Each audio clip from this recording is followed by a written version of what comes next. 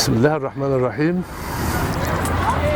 أنا محمود مصلحي، بكالوريوس تجارة وصاحب مدارس مودرن سكول ومرشح لرئاسة نادي الرواد عن قائمة الإصلاح والتطوير. علاء الدين مي، نائب مدير بأحد البنوك ومرشح إن شاء الله عن أمانة الصندوق لانتخابات نادي الرواد. مروة نبيل، بكالوريوس تجارة جامعة عين شمس، رئيس لجنة مقرر جودو الرواد، عضو منطقة الشرقية للجودو مرتين على التوالي، مرشحة عضو فوق السن في قائمة الإصلاح والتطوير. عمرو أشرف محجوب، مهندس ميكانيكا سيارات، صاحب شركة جوبا لصيانة السيارات، لاعب جودو في نادي الرواد من 1998 ل 2012 ومدرب جودو لمدة 3 سنين بعدها. حصل على الحزام الأسود في رياضة الجودو.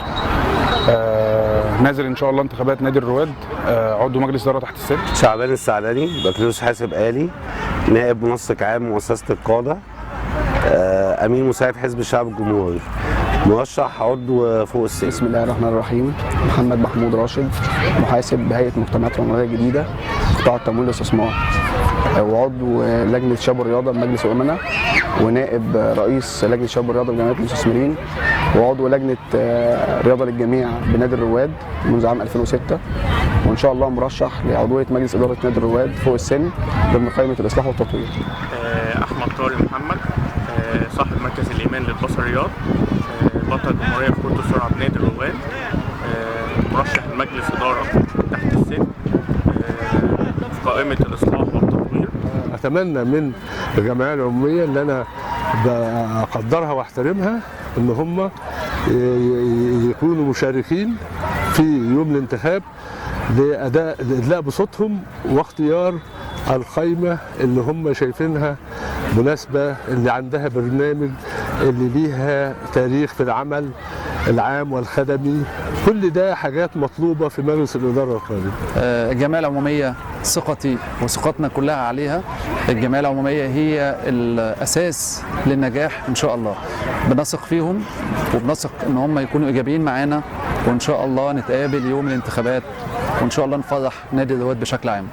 وحبا ودعما لنادي الرواد، أنا برجو من كل عضو جمعية عمومية إن هو ينزل ويدلي بصوته. بدعو أعضاء الجمعية العمومية كلهم إن هم يبقى عندهم الوعي إن هم ينزلوا معانا يوم 29/10 لانتخابات نادي الرواد 2021. أنا بدعو جميع أعضاء الجمعية العمومية إن هم ينزلوا ويشارك. صوتك أمانة، انزل وحافظ على حقك وحق أولادك. أنا أناشد وأريد أعضاء الجمعية العمومية إنهم ينزلوا للمشاركة في الانتخابات يوم 29/10.